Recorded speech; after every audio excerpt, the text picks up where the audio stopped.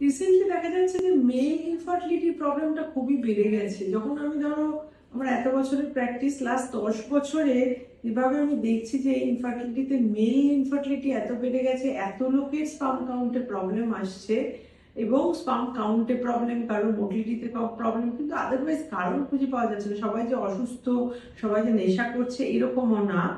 খুব আশ্চর্য। তো আজকে রিসেন্টলি একটা স্টাডি পড়ছিলাম আমাদের জার্নালে, যেখানে ইউএস এর একটা স্টাডি থেকে ওরা কোট করেছে যে কিভাবে পলিউশন, যেখানে যে ছোট ছোট পার্টিকেল যেগুলো আমাদের ধরো নাক মুখ দিয়ে ঢুকে যাচ্ছে আমাদের সিস্টেমে, সেইটা দিয়ে যেমন আমাদের শ্বাসের প্রবলেম, অনেকের যেমন অ্যাস্তমা, শ্বাসের প্রবলেম বেড়ে গেছে, হার্টের প্রবলেম বেড়ে যাচ্ছে।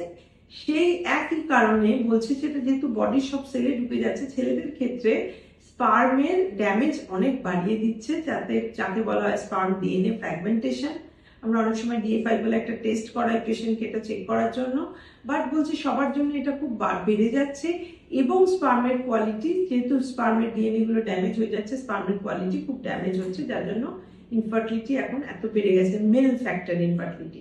তো এইটাকে আমাদের, এটা ইউএসএ স্টাডিতে যে সংখ্যাগুলো কোট করেছে আমি বলছি না, আমাদের এখানে পলিউশনের লেভেল একটা অন্য লেভেল। ঠিক আছে, পুরো ইন্ডিয়াতে pollution level is so high, Kolkata is no exception. প্রচন্ড জানে, এর মধ্যে আবার এই রিসেন্টলি কালী পুজো গিয়ে আবার আমরা দেখছি যে এয়ার কোয়ালিটি খারাপ হয়ে গেছে, আকাশ তো আমরা দেখতেই পাচ্ছি না, সবসময় গ্রে স্কাই, একটা পলিউশন, একটা হেজ সবসময় রয়েছে। এবার এর থেকে বাঁচার উপায় না খুব বেশি নেই, তো আমাদের তো এই পরিবেশে থাকতেই হচ্ছে। তো যেখানে যারা পারছো, অ্যাটলিস্ট নেশা ফেশাগুলো বন্ধ করে আরো এক্সপোজার টু নিজের শরীরের মানে পলিউশন গুলোকে কমাও। এছাড়া আমি বলবো হেলদি ডায়েট আর এক্সারসাইজ, যেগুলো তোমার ইমিউনিটি বাড়ায়।